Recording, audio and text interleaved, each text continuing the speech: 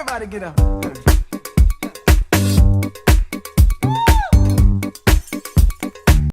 Hi everyone, Holly Signorelli here, and it's Monday, and this is Ask Holly. Okay ladies, the majority of the questions that I was getting anonymously this week had to do with women working and wanting it all. Ladies, we don't live in the 50s and 60s anymore. A lot of ladies are making more money nowadays. They make more money than their spouses, or they're on an equal playing field.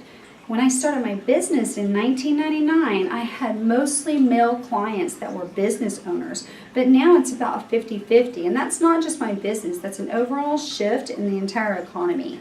Women are working and they want to get out there, and more men are actually staying at home. They're not a majority by any means, but just more men are staying at home. So it's brought up kind of a dilemma, and this is what I'm hearing and this is what I'm seeing, so that's what I'm addressing this week on Ask Holly, is that women still want to have it all. They're used to things getting paid for, so they still want everything paid for. So oftentimes, especially in a relationship where you're living together, but you're not married and possibly even not engaged, the woman is expecting the man to pay the bills, and then they get to put their money in the account and save it or spend it. Okay, this isn't everyone, of course, but again, this is what I'm hearing. These are the questions that people are asking me. These are the dilemmas that people are facing right now. So when they're living together, what's happening is they're not actually going over the agreement before they move in. And if you saw my video on partnerships, then you know that the reason that people fight about money and the reason that partnerships, including relationships, don't work is because of the interpretation of the relationship.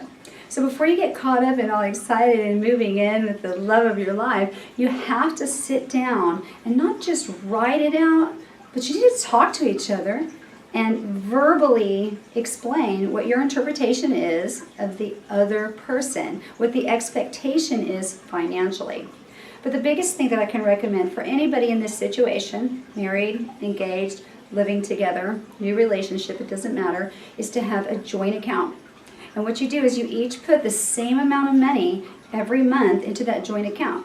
And it depends again on your agreement and your income levels, but you agree ahead of time that, hey, we're each going to put this much into the joint account. Or maybe somebody makes more money and your agreement is you're each going to put a percentage in. And that's a done deal. It's not negotiable. That money goes into the joint account, and the only thing that's paid out of that joint account are the household expenses. Rent, mortgage, utilities, groceries, that's it. And then everybody has their own personal account that they can spend their money on, and nobody's arguing about somebody not carrying their weight or writing a check or that it's not fair.